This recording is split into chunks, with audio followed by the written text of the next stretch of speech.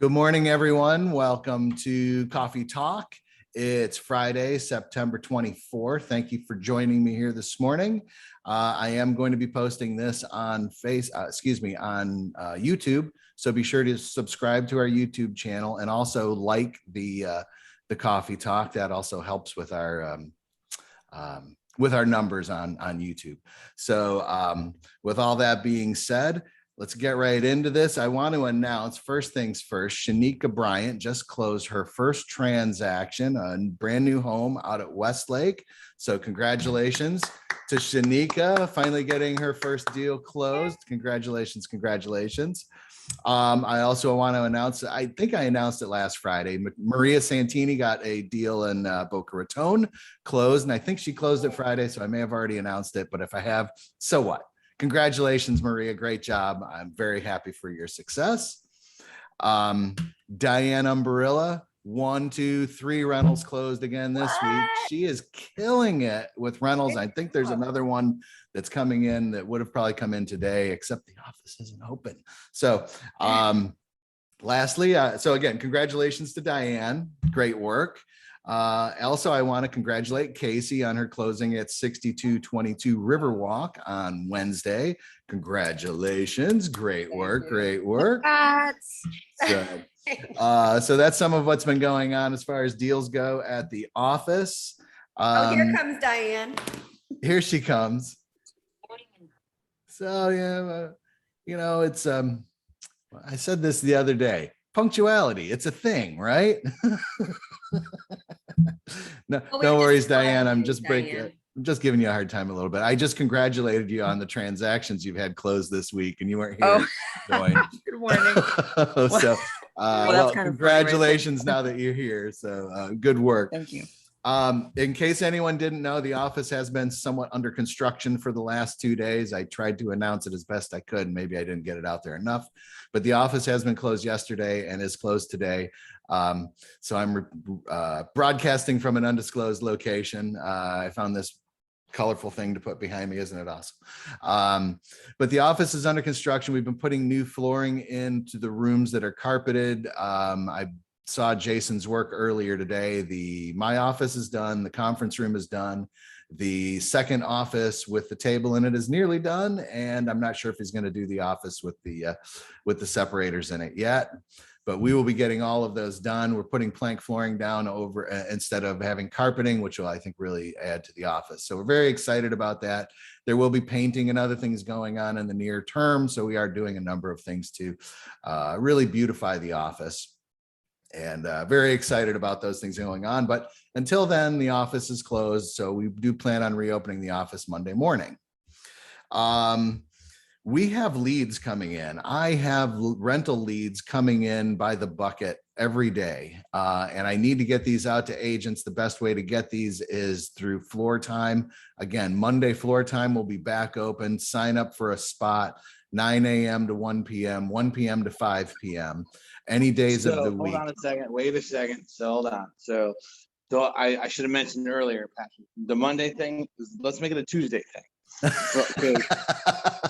So Patrick, in your office and in the conference room, I had to take up the molding, the baseboards. So on Monday, I'm gonna need your help putting in baseboards and just in those 2 rooms, and we can just put the furniture back, all that kind of good stuff, and then Tuesday open up for business. It's a lot. Understood. The office will be operational Monday, but it's not going to be fully back together. I mean, there's work that I need to be doing, paperwork, etc., that will be getting done. I'm on vacation here yesterday and today, if anybody didn't know. So, but again, starting Monday, we'll be getting the office back together. And yes, what Jason said, that the office should be all back and fully functioning normally on Tuesday, but we will be trying to get back to normal operations on Monday. Does that work, Jason? You can just give me a nod. Good enough. All right. So, but I did want to, as I was mentioning before, leads. If you don't have business generating right now, you need leads, and I've got them. So sign up for a Floor Time. starting Tuesday, get your butt in here. Let's get you a bucket of leads and let's get some business going for you. It's the best way to do it. We have some new trainings. Jason and I have been working on this. We discussed this a little bit last week. We do have new Chime trainings coming online, and also I have to say Exit Ad Center is one of the coolest things. If you're not using it yet, come get with me or Jason and we can walk you through using it. Also, just go right into your Realty Connect app, click on the media button and use the search term Ad Center, and you'll get a whole list of videos on how to use the Ad Center. There is a 5-video series that Exit produced, which is excellent to teach you how to use the Ad Center in every various way that it's available to be used. And so, like I said, we should be taking advantage of this. It's an incredible way to generate buyer leads, seller leads.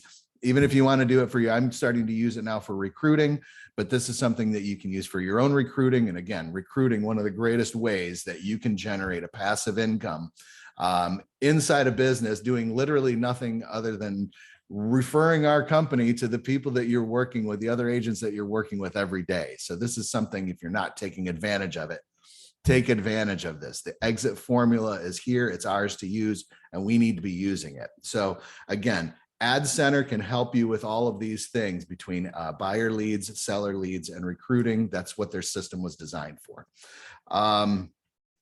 I wanted to announce SunStats puts out market reports generally between the 22nd and 24th of each month.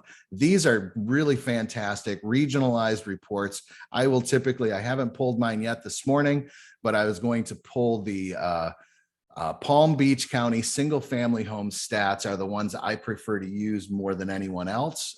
Any of the other ones, they have them for the full county, but I like digging right into single family homes. That seems to be where the greatest demand is. If you haven't been to SunStats and check this out, let me know. I can show you how to get to this.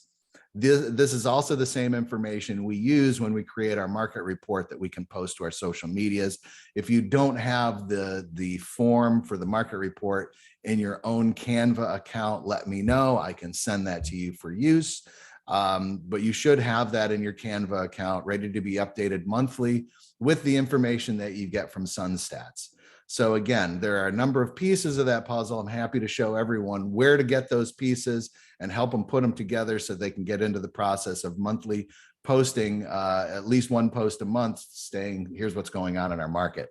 Great way to keep your customers informed. All right, so I wanted to take a few minutes and get into there's been a lot of information about, every week I do this segment in the middle of Coffee Talk where I talked about, last week we talked about inventories and the potential foreclosures. We've talked about home affordability. We've talked about, just about everything related to the market. Today, we're going to get into interest rates and,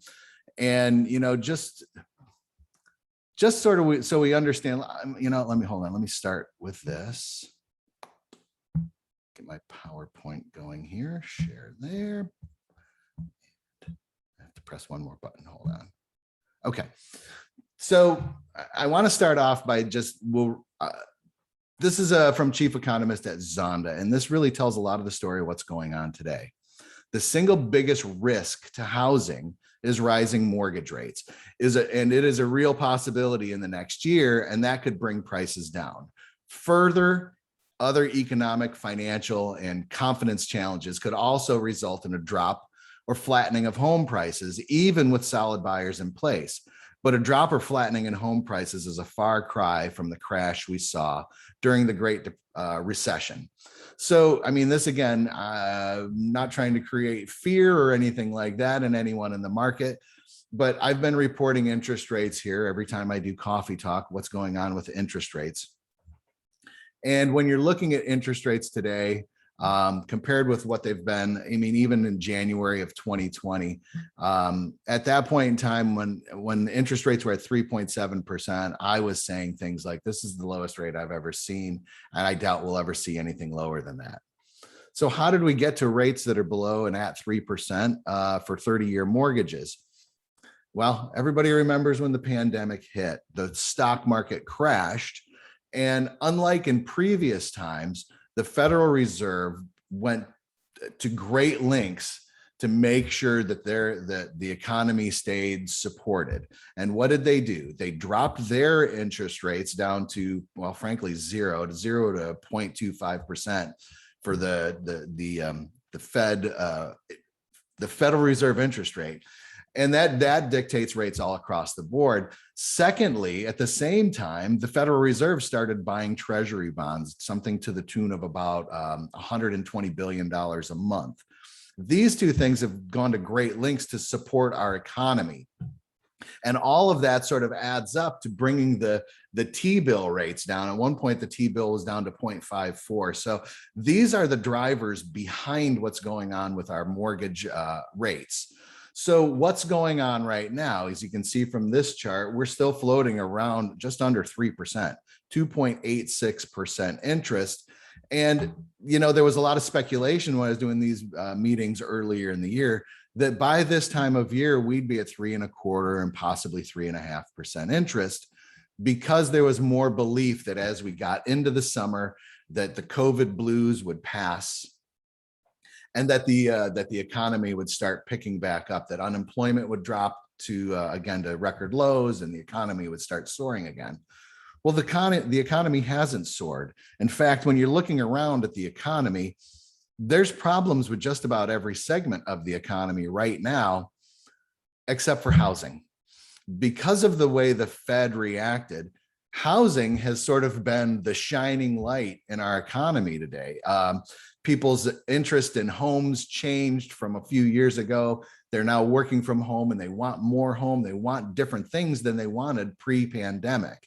And at the same time, housing affordability has gone up because the Fed has pushed interest rates down so low, which makes what seems like high prices, it makes them tolerable because you're still with that interest rate. Again, people don't buy a price generally, they buy a payment. And with the way the rates are, the payments are still incredibly low, which keeps housing affordable. So what are the factors that are eventually going to affect this? As they were saying in there, that interest rates really don't have anywhere to go but up. And we've discussed that before. The economy, while they expected it to improve more than it has, it's still sort of teetering right now. And that's why we're seeing the interest rates not rise at this point in time. But as the pandemic subsides and as people start getting back to normal economic life, pre-pandemic economic life, let's say, then we expect to see the interest rates rise again. And it's at that point that the higher prices in the homes will start to subside. The escalation in pricing won't tend to follow as much as it has in the past, this last year and a half.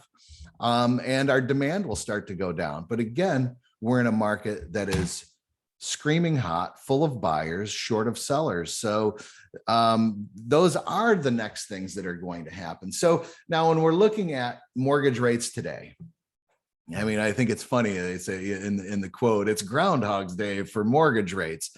And again, I watch them every week and I've been comparing them and I keep watching them try to start rising and then they pull back a little bit. They try again and then they pull back again. So as the statement is here, it's Groundhog's Day for mortgage rates as they've remained virtually flat for over 2 months. The holding pattern in rates reflects the market's view that the prospects for the economy have dimmed somewhat due to the rebound in new COVID cases. So again, back to the pandemic having an effect on the economy overall, which again is keeping our interest rates low for the one segment of the economy that hasn't been negatively affected by the pandemic. So it's important for us to know what's going to be happening with these interest rates so that we can advise our potential buyers what to look forward to. So as we're looking at who is making projections on what interest rates are going to be through really through the next year and averaging them out, you know, you've got Freddie, Fannie, Mortgage Bankers Association, National Association of Realtors, and they're all here. Here's what they're projecting is that, you know, and fourth quarter, we'll be looking at about 3.2, averaging first quarter 3.35, second quarter 3.45, and third quarter 3.6. Again, these are all speculation. We were speculating these rates for this time Last year we were speculating these rates for this time now. So rates are still staying low. But then again, if you've been at this for a while and you know what interest rates have historically been, you look at this and you still kind of roll your eyes and go, 3%. Are you kidding me? This is unbelievably low. And it's, again, for me in my lifetime, it's still the lowest I've ever seen. And so how ultimately do these interest rates affect our customers? So this is a graphic that KCM puts out, and this is one that we can use in our advertising. So again, if you want access to this thing, just let me know and I can always get this to you. But here is one of the best ways to demonstrate interest rates and payments. I mean, so let's say here I'm buying a $400,000 home at 2.75% interest. As rates go up, when we hit 4%, I'm buying something in the neighborhood of this $340,000 house for that same $1,600 payment. So this is the power of the interest rates. And this is the message that we need to get across to our buyers as to why now is really a great time to be buying a home. Interest rates are still low. They only have one direction to go. So good advice for your customers is really consider what's in the market now, because interest rates, which, have an effect on 95% of the deals out there, are not going to go down. They're only going to go up. That's why we kind of keep bouncing off of what I would say is the floor. It just can't go any lower. Pardon me. So that's what's going on with interest rates. Normally at this point in the meeting, I now go into interest rates, and I will. So I pull from bankrate.com. I always give my source. Literally bankrate.com, purchase, best credit, $400,000, 740 credit score, 0 points. So the best I could find on a 30-year was 3.00. That's actually down just slightly from where I was at last week. And then 2.24 on a 15-year, which is flat with where I was last week. So again, we're not seeing a lot of movement in the interest rates. And I think, when you ask why is that? Well, the economy really hasn't taken off the way they expected it to. But when it does, the interest rates will go up. So that's what's going on with interest rates. Typically now is when I go into what's going on with education. It's the last week of the month. Typically the education suppliers exit doesn't have a webinar this week for agents. So I would love to announce one, but there isn't one this week. But I will tell you, there was a fantastic Techinar last Wednesday. And if you haven't watched it, go to your Exit Connect app on your phone, click on the media button, and it's the first one on there. It'll say Techinar right in the title of it. And if you're not using your Exit Realty Connect to go through the exit provided videos that you have, it's just an excellent way to do them, because literally I'm sitting somewhere waiting. We're realtors. We never do this. We never get to a house and have to wait 20 minutes for a client to show up. They're always right there. Okay, I'm kidding. But you've got time. You can watch these 10-minute, 5-minute, 15-minute. Some of them are longer, like the Techinars and the Greatness series. All those are typically a half an hour or sometimes a little more. But again, you can watch them in bits and pieces and really get some good information about it. Last week's webinar from Exit was about the Techinar was about the office and agent provided websites that Exit creates. And I will tell you, they've completely revamped the whole setup for that. So it's really something you should go in and check out and figure out a way. And again, we can help figure out the best ways to incorporate that into your marketing.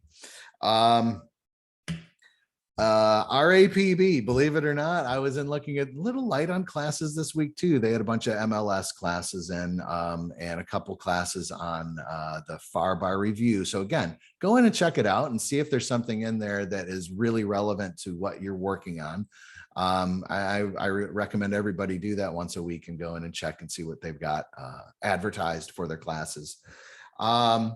Again, lastly, The office is being reassembled, and by Tuesday, we should have it back up and completely reassembled, hopefully.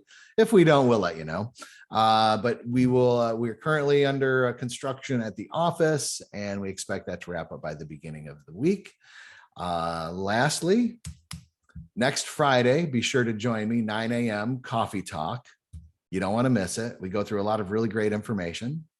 So with that, I am going to stop recording.